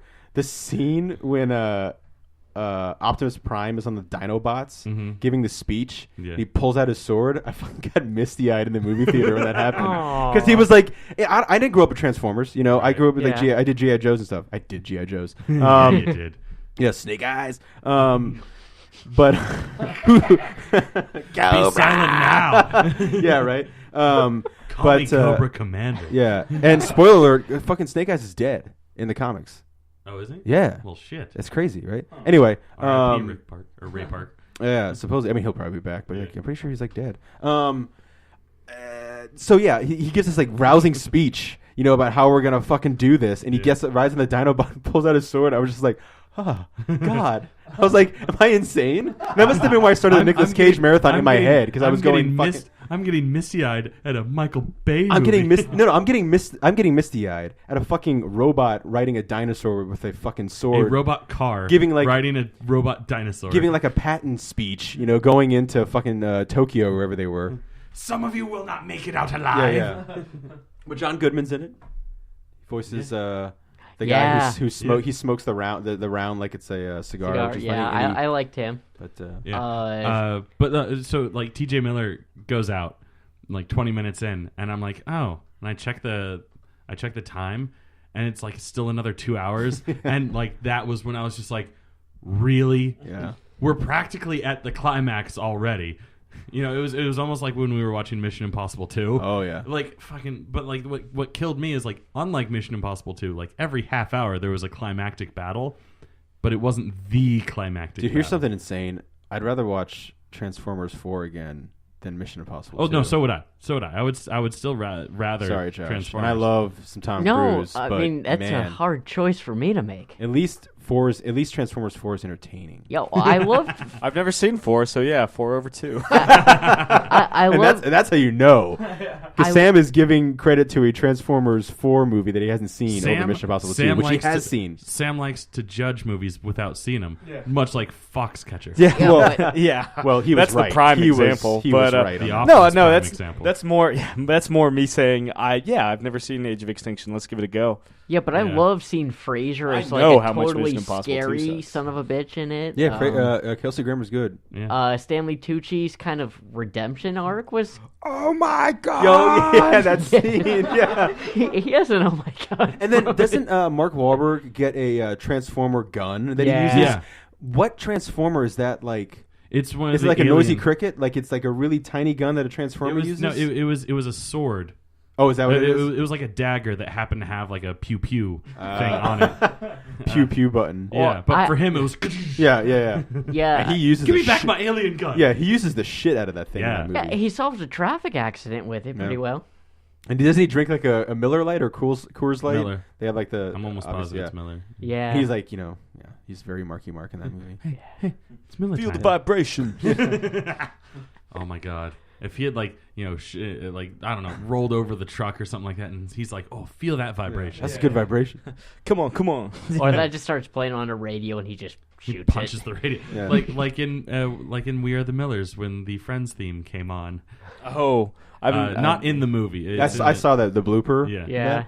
It's funny. I actually just watched for some reason the pilot of Friends last night. Oh yeah. Yeah, I just was like, I have it on. I'm gonna video. start Friends. It's on Netflix. I have it Yeah. on video CD. Nice. Thinking that it might work in my Laserdisc player, it does not. Bummer. Well, because there is a video CD option, but it's not that kind of video CD apparently. You need to listen to not the most recent Fat Man on Batman, but the one right before it. I think it's the one right before it. They talk about Laserdiscs. Yeah. They talk about how Probably because Kevin Smith heard about how I was at Awesome. it's probably exactly. Well, no, they talk about how porn dictates. Like why Beta lost Yeah, because they didn't. and they let said porn. they go, well, Laserdisc.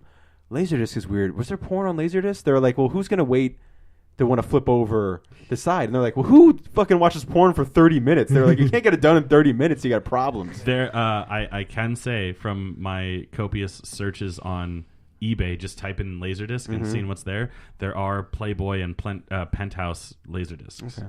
I don't know what's on them because I'm not going to pay that if much. you ever for... see Kevin Smith, bring one to Kevin Smith, and he'd probably blow his mind. Yeah, right. Yeah, it's like, oh, can I get Clerks signed? Yeah. And Chasing Amy signed? Can you say fuck DVDs? Yeah. Yeah. Oh, and I got Mallrats too. Oh, by the way, here's Penthouse. Yeah. And he'd be like, yoink, I'm Yeah. just going to go borrow this real quick. And then talk to Tom Cruise about Laserdiscs too. That's right. Yeah. He fucking loves Laserdiscs. Good old Tom. Yeah. In fact, if I ever met Tom Cruise, I'd probably talk about Laserdiscs. Laserdisc. Yeah. And he, you know what? If you met him and you talked to him about that, he'd be so fucking enthused. Dude. Even if he didn't care, Yeah. he'd be so enthused because that's Tom Cruise. Yeah. But he would be enthused. But he because would he's be. like fucking Laserdiscs. Yeah. Although I can't imagine he would say fucking. Something about him. I feel like if you were like on camera, no. But I don't know. I'll on never. the Nerdist podcast, he said he curses, but immediately asks Chris Hardwick if it's Yeah. okay. 'Cause So it's just- it's all right. it's classic. It's all right. Yeah. I Classic love every Tom. time they do that on that one. Yeah. Kumail Nanjiani, who does a bunch of podcasts, said that he wanted to make a podcast that was just a compilation of guests saying, "Oh, is it okay to curse on this?" It's like, yes, it's always okay to curse. We on got Have a we fucking got that. sign, yeah. We got that from Richard C. Meyer. Yeah, as soon as he asked that, I was like, "Oh, god damn it! I hate hearing that," and I try to make it a conscious effort to like if like the idea like if we have someone guesting like I kind of like a pre-interview kind of thing where like like what do you want to talk about? Okay, cool. Oh, just so you know, you can swear. Well, actually, he goes. I'm assuming you can swear because I've Yeah. heard you guys swear. Yeah. So yeah.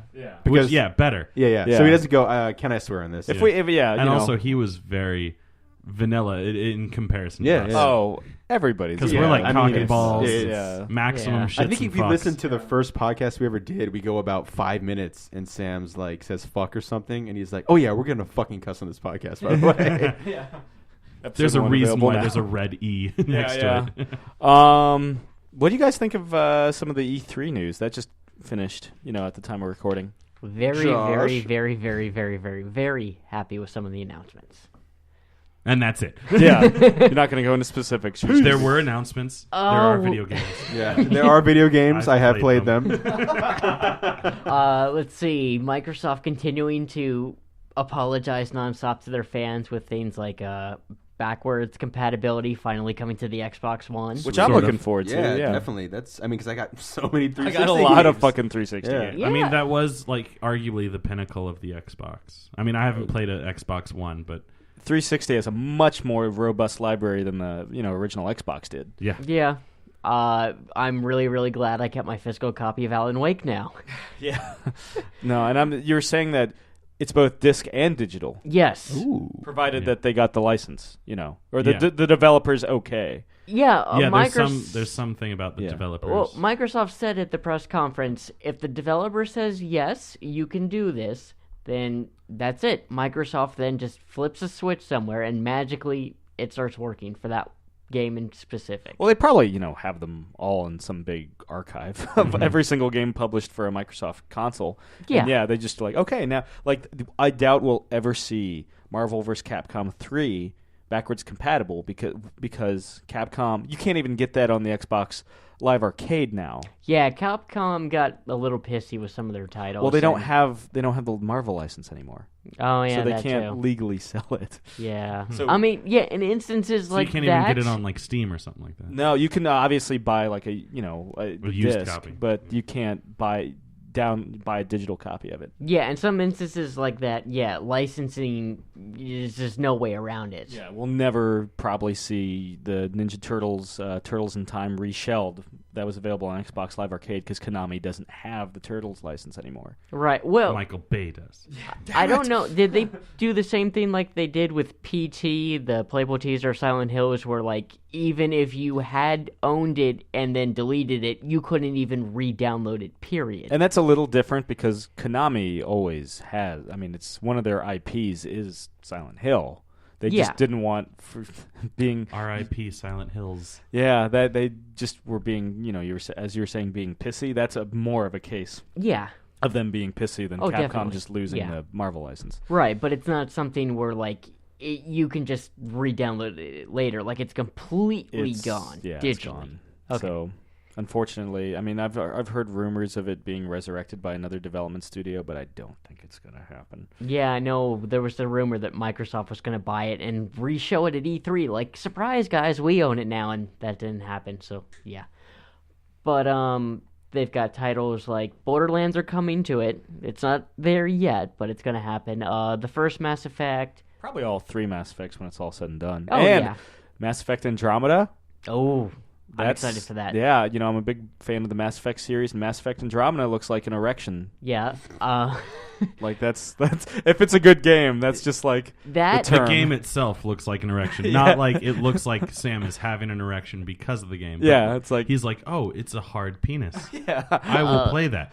a title I'm really, really excited for from DICE, Mirror's Edge Catalyst. Yeah, the sequel to Mirror's Edge, which I never thought we'd get. Oddly enough, well, a sequel in that it comes after, but it's more of like a really fancy reboot retelling. Okay. It's basically like everything they wanted the very first Mirror's Edge to be, but didn't realize they Yeah. needed to make it be. I liked Mirror's Edge, but yeah, there was kind of you could get the feeling they were still figuring it out what it was. Yeah, and it along lines First of person free running game, it's going to be a little hard. yeah, the depth of field was really not kind at times with that game. yeah, jumping, Jake has seen me play games where I'm getting frustrated like Mario or Mega Man and Indeed. stuff.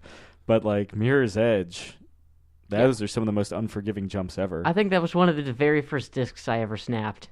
I've never actually snapped a disc because I realized I paid money for it. Yeah, my rage knows no bounds at times.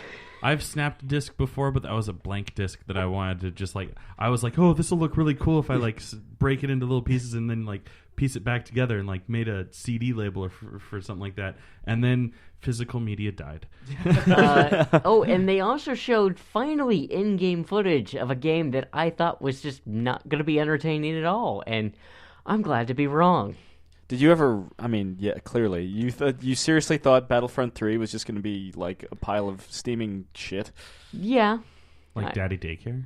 Yeah, I or mean- Daddy Day Camp. Oh. It was going to be made basically by the people that had been churning out Battlefields nonstop, and I thought, well, this is just going to be like a reskin Battlefield game. It's going to be awesome. Star But- Wars Battlefront. Yeah, I saw it play, and it's like, okay, you're not dying as fast as you traditionally would in the Star Wars universe from Laser Blast, but you're also not dying as quickly as you would in a Battlefield game. Yeah.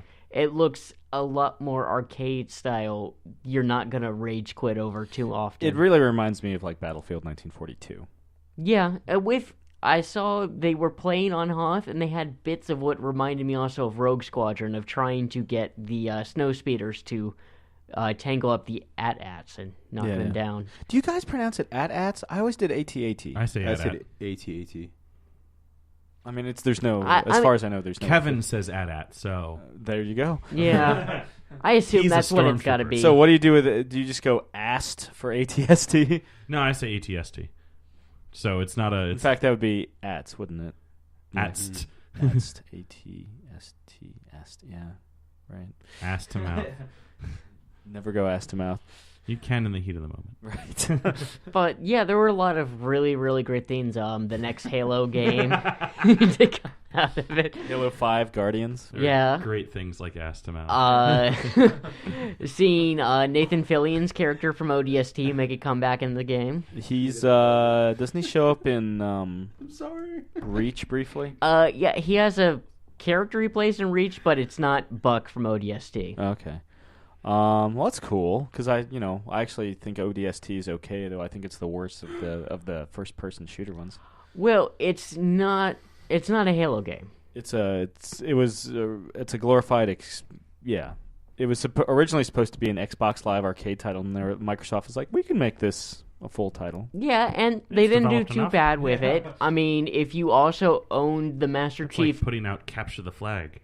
yeah, Halo Capture the Flag. yeah, a little bit. They basically did with the firefight. Yeah, well, like if you bought Halo the Master Chief Collection, like up until a certain point from release, you got, they redid ODST for that as free DLC, and then if you didn't, they give it to you. They charge $5, Yeah. which beats the original retail price of what that was. Yeah. And of course, Final Fantasy VII is getting an HD remaster. Speaking of remasters. Yeah, and stuff. now A lot of people calling that a reboot. I think that's a misnomer. It's kind of like how they remastered Resident Evil for the GameCube. Same. Yeah, because they're not like changing the plot, and they're not like recasting and stuff like that. It's just a facelift. Yeah. yeah, they're just rebuilding the engine. Yeah, from what it looks like, they probably had to like go strip it all the way down just because it's been 20 years Close almost? to, if not, yeah. Like 15. Yeah. Yeah. Oh, But sorry. like they're just making it prettier. Yeah. And I'm all for it. I wish they would do it more often, to be honest. Yeah. Yeah, speaking of making things prettier, finally seeing footage of the Doom reboot, which is actually a proper reboot. With Dwayne The Rock Johnson. yeah, it's an actual proper And Carl Urban. Yeah, it's an actual. Oh God, I'd love to play that game. A proper reboot, and that they're going back to just the standard UAC facility. Shit goes wrong with demons. They send you in to kill things. Is Commander Kern going to be in it? Yeah, okay. That's good. That's good. What's the word if, of this? if I remember correctly, that's the name of a character from like that. Who's the company that originally made Doom? id. Yeah, Software. like one of the first games they made was like Commander Keen. Keen. Yeah. Ken always cosplays as Commander Keen. Wow. I wouldn't be surprised if maybe he shows up as an in-gag, and then I mean, well, it's the same. It's the like supposedly like the same character as the character that you play okay. in Doom. Seriously? They have the same name okay, or the same surname or something like that. Like, all right. It's a fan theory that it's the same character, but they're within the same family. More likely because it lacked originality versus actually we're doing it on purpose. But Take that, John Romero. yeah. And then Which is not to say Doom lacks originality. Yeah. If But you I've look, played if you read Daikatana. like, if you read like the Doom Bible or whatever it's called, like they had grand expectations of what that game was going to be before it got chopped up. yeah, and then one from a local beloved game studio, Fallout 4. Oh, I'm looking. Yeah, I mean, we've mentioned it, I think, on the show before in passing. But yeah, I'm definitely looking And they have forward that to it. new mobile game too, right? Oh, Fallout Shelter. Yeah, I've been Yeah. playing the crap Apparently, out of that. that has already surpassed Candy Crush in in-game purchases. As it God, deserves because to the- do. Yeah. The developers of Candy Crush, from what I understand, are not the nicest people on earth. No, they're complete dick-sucking scumbags. Oh. I mean, usually you look for a dick sucker, but not if they're a scumbag. Yeah.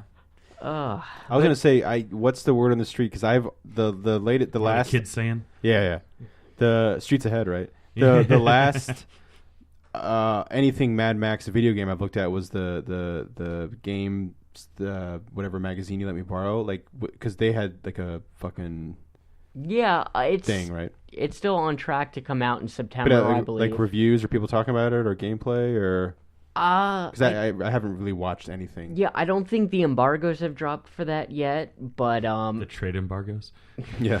around Naboo. What if the just a one word review? It's like mediocre. I mean, you know someone's going to call it shiny and chrome. Oh yeah. yeah, I mean, from what it's looking like, it's gonna be in the same style of like the Arkham games, where vast open world. You get a car to drive around in. Mm-hmm. Well, for the most part, and then it gets stolen. And You gotta get basically, it back, the yeah. whole plot of the game is not only surviving the wasteland, but getting your ride back. Nice. Nice. Yeah, I'm excited. I mean, obviously excited for that one. Obviously excited for You like Mad Max? a little bit. Thunderdome's my favorite. The only one. Even I like- joking, it hurts. I know. Hey, give us a great song. I know. I Can't got we get Justin. beyond Thunderdome? Oh yeah. Yes, let's do it now. I'm sorry, but no, I'm of course excited for the Arkham Knight too. I mean, I'm not going to be getting an Xbox One anytime soon, unfortunately. But I'm definitely excited for those two games, big time, and Mortal Kombat X. I mean, I know Yeah. that game's already out, but I'm- I've only heard good things about it. I'm debating on streaming it because the GameStop I have it pre-ordered at this Monday at midnight. I'll be able to pick up my copy. Arkham Knight, Yes, nice. and so from 12 o'clock in the morning Tuesday till I guess the next time we record this, I'll probably just be saving Gotham. Nice. Nothing nice. else. Well done. The E3 footage was awesome. Yeah, although Rocksteady, they did something so close to the release of this game, I can't believe they waited this long to say, was that they canceled the Batmobile edition I of heard the about game. that. Yeah. And they said that none of the Batmobile models met their seal of approval. Well, do you Like- want shitty Batmobiles? Well, they said it a week before the game comes out, though. Yeah, It's you'd kinda think like, they would have like debugged it at that point. Well, you think in the process of making it, especially because these would have had to have been casted, the whole process packaged into the box and sent out to retailers before this point. Yeah, I guess it just didn't work. Yeah. Yeah, and then just pretty much say everyone, hey, your pre-orders can now go to the, if they still have it, Batman edition or regular copy of the game. Oof. I mean, Sorry, guys. With refund? Yeah, since I don't have Yes. a next gener, I'm With probably Voodoo gonna code? wait until like, But just for Batman and Robin and Batman Forever. Still do it. If I don't have it digital yet and I need it, I'll do it. I have Batman and Robin and Batman Forever on Voodoo. Speaking of digital movies, as you guys are aware, I'm a fan of physical media. I don't really like digital movies. I'm up there as with you, much. Chris. I'll watch them. I mean, I still got the physical copy of Chappie and To Kill a Mockingbird, but I got them with Voodoo codes. Yeah. Well, so the Death of Superman Lives finally went live with their pre-orders. Oh, sweet. And first. The first thing they did, they were like, okay, you can pre-order the movie now, and the only options were digital copies. Mm-hmm. So I was like, well, okay, I really want this movie. I'll go ahead and pre-order, and I'll get, digital copy, whatever. And then a week later, they pre-order physical copies, and I'm like, you sons of bitches! Why didn't you at least put a little asterisk? Hey, if you want a physical copy, wait a week. Yeah. I tend to still get stuff, physical copy if it's a new release. Mm-hmm. The big thing is it's so much clutter at the end of the day. Well, and also so many physical copies nowadays are coming with that digital download as well. Yeah. I mean, yeah, again, that's instead of paying for the digital copy and then paying for the physical copy, like I said, with Chappie, just waited and I bought the physical copy and boom, got the Voodoo. Came across I didn't know they even had it available for To Kill a Mockingbird, but they had a great. Yeah, right. What a random movie to But have Voodoo code. It's for. funny because I was like, you know what? It's on Blu-ray because I checked BarnesandNoble.com and I went to the Fair Oaks Barnes and Noble, and they had 2 copies left on Blu-ray, and I happened to grab it and it had a Voodoo code, and the look on my face must have been like, what's the matter with this kid? Because I was just like, yo, yes. I was and the we always love to talk about the fucking transfer of that movie is astounding. Yeah. And I was trying to show it to my parents. I was like, look at it. And we were watching the beginning. My dad and my mom and dad were like, wow, Jake, it looks like it. Wow, look at how It looks like a movie. yeah, Jake. it looks like a movie. I'm like, look, the fucking chalk that's saying To Kill. It looks so good though. It looks like it was filmed yesterday. You know what? As much as I dislike that movie, You don't like bring that movie? I don't like it. Oh, man. But you know what? Bring a- it over here and I'll Yeah. appreciate how good Okay, it well, at looks. least you can appreciate that. Yeah. Just like Star Trek: The Motion Picture. Like Yeah. it's boring as hell, but it's shot Oh, beautifully. Mockingbird so great. Most beautifully shot Star Trek film. Mhm. You know, To Kill a Mockingbird is Superman's favorite movie and book. That's fine. Yeah. He's gonna fucking kill you now. Do you know that? Because we know he snaps necks. Did you know that? Did you know that Catcher in the Rye is Mel Gibson's character's favorite book from Conspiracy Theory? Yeah. That's right. Yeah. That makes sense though. I did not know that. And the funny thing is, I don't really like conspiracy theory that much, and I love Mel Gibson. But I love movie's okay. conspiracy theories. Yeah, the movie's just okay. It's like Jason. It's like a Jason Bourne movie. Yeah. And there's nothing wrong with that. Well, I mean, but it's weird. Yeah. All right. Well, you guys got anything before we sign off on big old episode 50? I wanted to say congratulations, guys, for putting up with me for 50 episodes. Yeah. Hopefully 50 Congratulations more. myself for dealing with Chris for 50 episodes. Congratulations, Joss, for putting up with us for what, How many 25 episodes? Is it Maybe around half?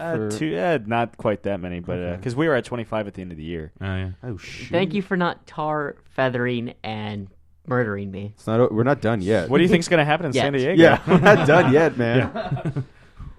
All right. So- Well, this has been another This silence. The silence confirms it all. Yeah. What do you think I've been looking at my phone for? Like, Yeah. how much is this going to run? How much does tar cost? Yeah. Where can I Can I just find get it? cigarettes Yeah, and I just got, like I bleed got out the feather. tar? I got the feather, Sam. Yeah, Don't they worry have it at about Home Depot, I think. But Yeah. all right. So that's been thank you again for listening. For Yes. having us for 50 episodes. Again, hopefully 50 more. And Multi-thousand downloads. Literally, I'm not blowing hot air out of my asshole right now. There's. I mean, you are, but not about this. certainly not into the mic. The That's for after the. But if you recording. guys ask nicely, the Our album ain't gonna be Pip farting on a snare drum. there has literally been over 3,000 downloads since we've been doing this for less than a year. So thank And you. so many questions. God bless you, fans. No, thank you for the outpouring of inquiries. Zach. Yeah, he asked us two. Yeah, and you said no to the second one. Yeah. You're like, no, you got your one. Yeah. You're the only. Anyway, so thank you for tuning in for another installment of Catching Up. I'm Sam, I'm Chris. I'm Jake. I'm Josh. and we'll see you next week. Good night, Eric Bana. Thank you very much.